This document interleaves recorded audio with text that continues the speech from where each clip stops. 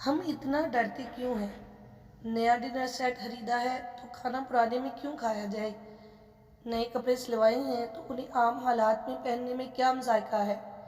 گھر میں 1.5 لیٹر والے کولڈ ڈرنک کی خالی بوتلوں کے انبار لگتے جا رہے ہیں لیکن پھینکنے کا حوصلہ نہیں پڑ رہا۔ نیا بلب خرید لیا ہے تو پرانے کو اسٹور میں کیوں سنبھال کے رکھ دیا ہے؟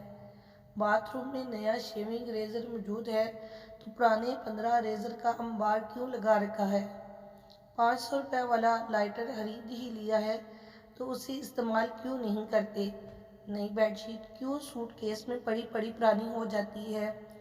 جہیز میں ملی نئی رضائیاں کیوں 20 سال سے استعمال میں نہیں آئی؟ باہر سے آیا ہوا لوشن کیوں پڑا پڑا ایکسپائر ہو گیا ہے؟ دل چاہیے، نئی چیز استعمال کرنے کے لیے پہاڑ جتنا دل چاہیے۔ جو لوگ اس جھنجٹ سے نکل جاتے ہیں ان کی زندگیوں میں عجیب طرح کی طمانینت آ جاتی ہے۔ یہ شرٹ خریدیں تو اگلے دن پورے اہتمام سے پہن لیتے ہیں۔ یہ ہر اوریجنل چیز کو اس کی اوریجنل شکل میں استعمال کرتے ہیں اور ہم جیسے دیکھنے والوں کو لگتا ہے جیسے یہ بہت امیر ہیں، حالانکہ یہ سب چیزیں ہمارے پاس بھی ہوتی ہیں۔ لیکن ہماری ازلی بزدلی ہمیں ان کے قریب بھی نہیں بھٹکنے دیتی۔ دن پہ دن گزرتے جاتے ہیں لیکن ہم نقل کی محبت میں اصل سے دور ہوتے چلے جاتے ہیں۔ کسی کے گھر سے کیک آ جائے تو خود کھانے کی بجائے سوچنے لگتے ہیں کہ آگے کہاں دیا جا سکتا ہے۔